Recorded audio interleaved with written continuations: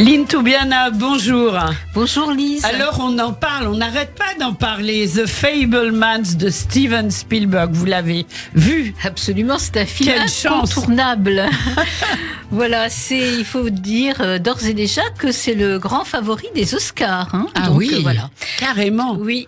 Alors je vais c'est y un courir. film avec Gabriel Labelle, Michelle Williams, Paul Dano et David Lynch, le cinéaste David Lynch. Voilà.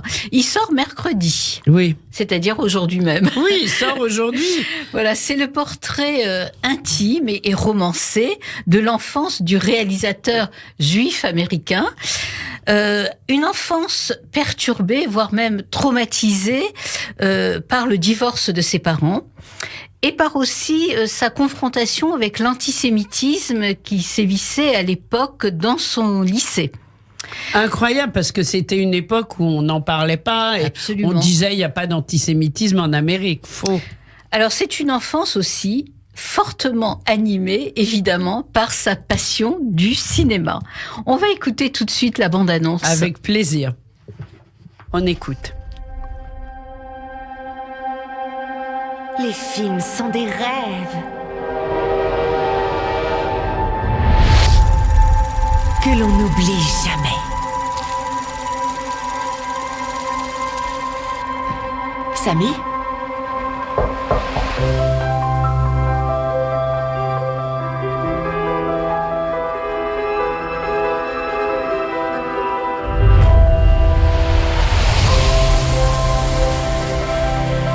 Tout paraît différent avec ces lumières. Je ne retrouve pas la maison. C'est celle qui est toute noire où il n'y a pas de guirlande. Dans cette famille, c'est les scientifiques contre les artistes. Samy est dans mon équipe, il tient de moi.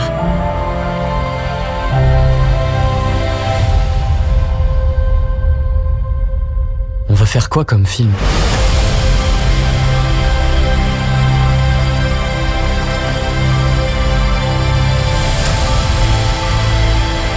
Tu déprécies tout ce qu'il fait d'un peu léger ou imaginatif. Tu pourrais être un peu plus encourageant. Elle aurait dû devenir une grande pianiste professionnelle. Ce qu'elle a dans le cœur, tu l'as aussi. Il ne suffit pas d'aimer quelque chose, il faut aussi en prendre soin. C'est plus important que ton hobby. Arrête d'appeler ça un hobby. Maman a pris un singe. Mais pourquoi t'as pris un singe? Parce que j'avais besoin de rire. Il faut toujours que tu monopolises l'attention. Arrête de lui crier dessus. Tu n'arrêtes pas de me manquer de respect. Je suis quand même ta mère. La famille, l'art. Ça va te déchirer en deux. Si tu arrêtes de faire des films, ta mère sera inconsolable. Je suis perdu, je sais plus quoi faire. Fais ce que ton cœur t'ordonne.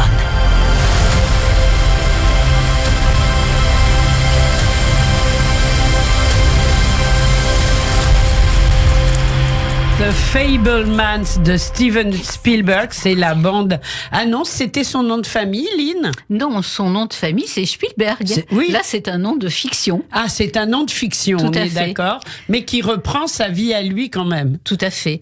Alors, c'est, comme on l'a entendu, fais ce que ton cœur t'ordonne. Hein. C'est le message d'une mère à son fils. Eh bien, on peut dire que ce film est avant tout une lettre d'amour à sa mère très fantasque. On l'a entendu dans la bande-annonce, Oui. qui n'hésite pas à prendre un singe pour amuser la galerie, Oui. pour divertir sa famille. Alors, on se laisse vraiment prendre par ce récit d'apprentissage, plein de nostalgie, mais aussi il y a beaucoup d'humour dans ce film. Alors, qui est d'une facture très classique, mais il n'en est pas moins impressionnant, avec toute une galerie de personnages hauts en couleur, comme le grand-oncle qui est joué par David Lynch, et la petite amie Goy, qui est très croyante, catholique, fervente. Alors, beaucoup de tendresse dans ce film personnel. Steven Spielberg retourne aux sources de son propre art et il rend ainsi un formidable hommage au cinéma. Donc un film à courir voir, The Fabelmans de Steven Spielberg. On va parler maintenant d'un autre film. Alors rien que le titre est évocateur, La syndicaliste de Jean-Paul Salomé. Qui est cette syndicaliste, Lynn ? Voilà, alors d'abord, c'est un film avec Isabelle Huppert qui joue le rôle de la syndicaliste, Yvan Attal, Grégory Gadebois, enfin très, très joli casting. C'est un thriller, ce film, un thriller passionnant sur un scandale d'État qui a secoué l'industrie nucléaire en France et qui est inspiré, il faut le savoir, de l'histoire vraie de Maureen Kearney, déléguée CFDT chez Areva et qui est devenue lanceuse d'alerte. Pardon, oui. Oui. Donc là, cette Maureen Kearney est interprétée par Isabelle Huppert dans le rôle de cette femme qui s'est battue véritablement pour défendre 50 000 emplois jusqu'au jour où elle se fait violemment agresser chez elle.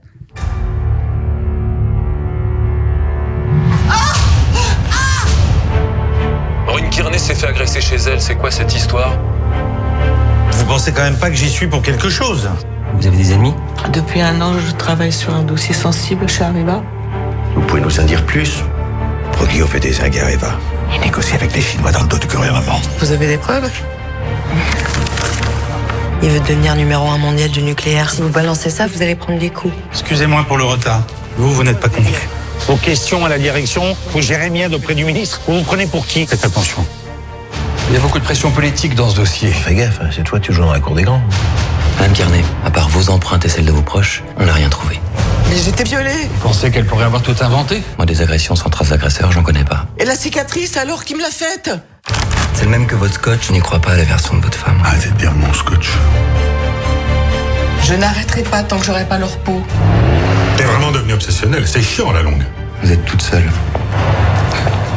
Ils se laisseront jamais faire, surtout par une femme. Mêle-toi de tes affaires, dernier avertissement. Y a rien qui tient dans tout ce que t'as raconté. Je savais plus quoi faire pour qu'on l'écoute. Tout le monde vous a lâché. Vous passez du statut de victime à celui de suspect. Il est dangereux, ce type. Vous croyez que je vais me laisser intimider par une petite syndicaliste de rien du tout ? Je vais vous réduire en miettes. Vous trouvez pas que c'est assez duré ? Ce serait mieux de me dire la vérité. La syndicaliste, donc c'est le film qui sort également cette semaine de Jean-Paul. Il sort le 1er mars. Ah, il sort le 1er mars, pardon, de Jean-Paul Salomé. Alors ce film est un thriller, Lise, un thriller politique, psychologique, palpitant. Alors tous les personnages, comme on l'a entendu aussi dans la bande-annonce, tous les personnages ne manquent pas d'ambiguïté et on découvre les arcanes du pouvoir et les rapports redoutables du pouvoir en entreprise. Alors, évidemment, Isabelle Huppert dans ce portrait de femme combattante mais fragile et, comme toujours, impressionnante. À voir. Oui, on entend beaucoup sa façon de jouer avec détermination, on peut le dire. Donc, le 1er mars. Un autre film, c'est celui de notre BHL national, Bernard-Henri Lévy, Slava Ukrainia, et c'est un documentaire. Absolument, un documentaire alors de Bernard-Henri Lévy et de Marc Roussel. Alors, c'est un véritable récit de guerre situé dans la seconde moitié de l'année 2022. Il commence à Kharkiv, dans le Donbass, et s'achève à Kherson, puis à Ochakiv. On va écouter la bande-annonce de ce documentaire de Bernard-Henri Lévy et Marc Roussel. C'est le 3000e missile tiré sur l'Ukraine depuis le 24 février. The Russians still making the same mistake as the Germans in World War II, killing innocent people. І ми стоїмо великою міцною стіною між країною-фашистом Росії і частиною Європи. Nous n'avons besoin ni d'hommes ni de courage, mais de canons. Слава Україні! Нашим солдатам слава, слава, слава! Slava Ukraini, le documentaire de Bernard-Henri Lévy qui sort aujourd'hui même. Voilà. Alors, vous avez entendu la musique qui est très belle dans ce film, une musique très mélancolique. Voilà. Alors donc, c'est un film de combat en hommage à la résistance des Ukrainiens.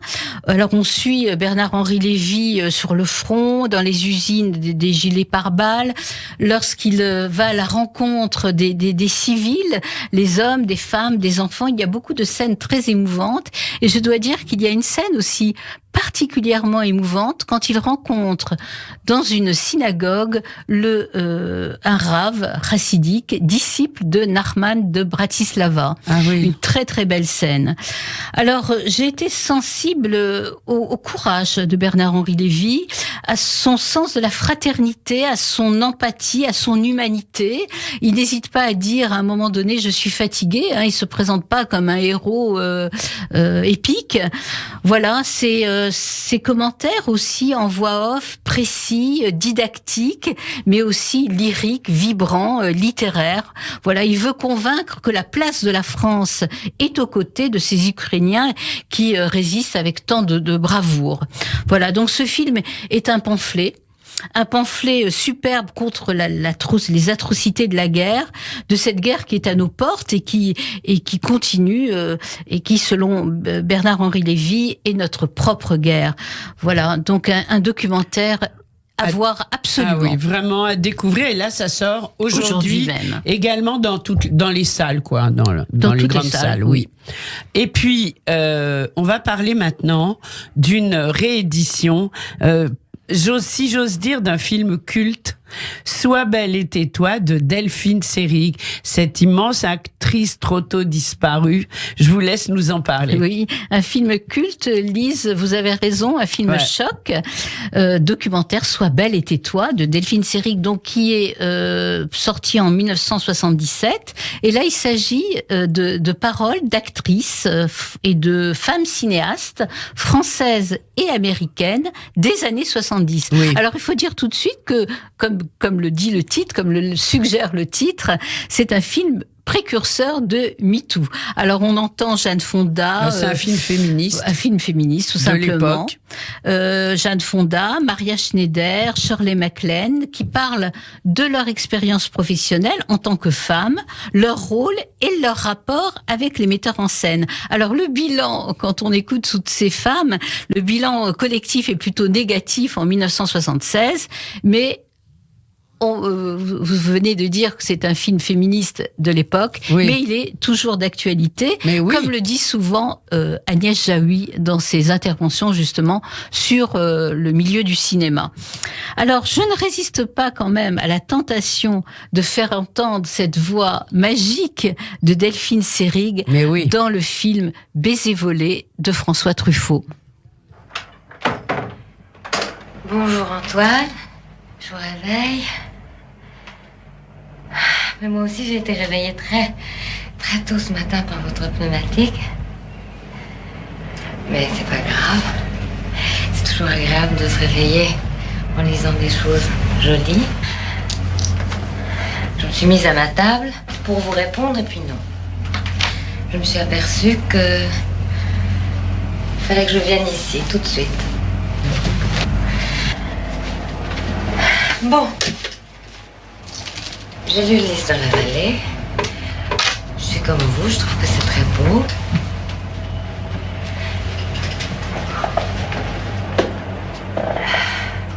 Mais vous oubliez une chose, c'est que Madame de Morsauf aimait Félix de Vandenesse. C'est pas une belle histoire d'amour, c'est une histoire lamentable. Parce que finalement, elle est morte de n'avoir pas pu partager cet amour avec lui. Et puis, je ne suis pas une apparition, je suis une femme. Ce qui est tout le contraire. Par exemple, ce matin, avant de venir ici, je me suis maquillée. Delphine Seyrig, Voilà. dans Baiser volé. On n'a qu'une idée, c'est de revoir le film. Absolument, quand on c'est entend magnifique. ça. Je suis une femme, elle le dit. Et Elle le dit, elle hein. le dit juste après. Toutes les femmes sont exceptionnelles. Oui, Vous êtes c'est d'accord, vrai. Lise? Je suis plus que d'accord. Bon. On tient les rênes. On tient les souvent, rênes. c'est vrai. Alors, on parle de Delphine Seyrig à l'occasion de la réédition de Sois belle et tais-toi. Et puis, on peut voir aussi Baiser volé. Bien sûr. Hein, ça ne gâche rien. Puis surtout, le montrer aux jeunes générations. François Truffaut, pour en revenir à Steven Spielberg, qui a beaucoup inspiré Steven Spielberg. Bien sûr. C'est vraiment son grand maître de cinéma. C'est vrai, Oui. c'est vrai. Comme ça, voilà, on revient. Alors, j'aimerais, Lynn, qu'on parle un peu de nous, puisque je voudrais que vous nous présentiez notre le thème de notre prochaine émission. Alors, notre prochaine émission, ce sera spécial César. Oui. Puisque j'ai le privilège de me rendre à la cérémonie des Césars, donc vendredi soir. Oui. Et là, donc, je parlerai évidemment du palmarès et peut-être que je pourrai décrocher une interview On espère. avec un lauréat. Oui, vous avez une idée un peu, franchement, dites-nous, on est entre nous là, de qui peut être récompensé? Oh, écoutez, il y a le magnifique film de Revoir Paris de Alice Vinocourt, qui est beaucoup nominé. Donc on voit, bon, il y a pas mal de films. Alors il y a un film malheureusement qui n'a pas eu la grâce des Césars, qui n'a pas eu beaucoup de nominations. C'est le film Simone, curieusement. Ah oui. Avec Elsa Silberstein. Oui, Ça, dont vous c'était- nous aviez parlé. Absolument. Sur Simone Veil, Oui, bien et qui sûr. et qui a eu un très grand succès public, mais pas critique. Donc voilà, il y a beaucoup de jeunes réalisateurs français qui sont mis à l'honneur à cette cérémonie. Donc on verra, le mystère reste entier. Voilà, on a hâte. Et puis la semaine d'après, on aura un invité. Non, c'est la Alors, semaine... je crois que c'est un peu plus tard. Un Ce peu sera plus tard. François Margolin, D'accord. mais qu'on peut déjà annoncer. L'annoncer, bien sûr. pour son film sur Claude Lanzmann, Bien sûr. qui faisait des repérages pour un film en Corée. Oui. Corée Donc, du Sud. Donc tout ça est évidemment très important. On aura le plaisir d'en reparler avec vous. D'autres choses à nous conseiller? Non. Non, je pense que cela suffit. Voilà, bah oui, je crois aussi. Et on vous souhaite une bonne cérémonie des Césars. Et on vous dit à la semaine prochaine, même heure, même studio. Merci Lynn Toubiana.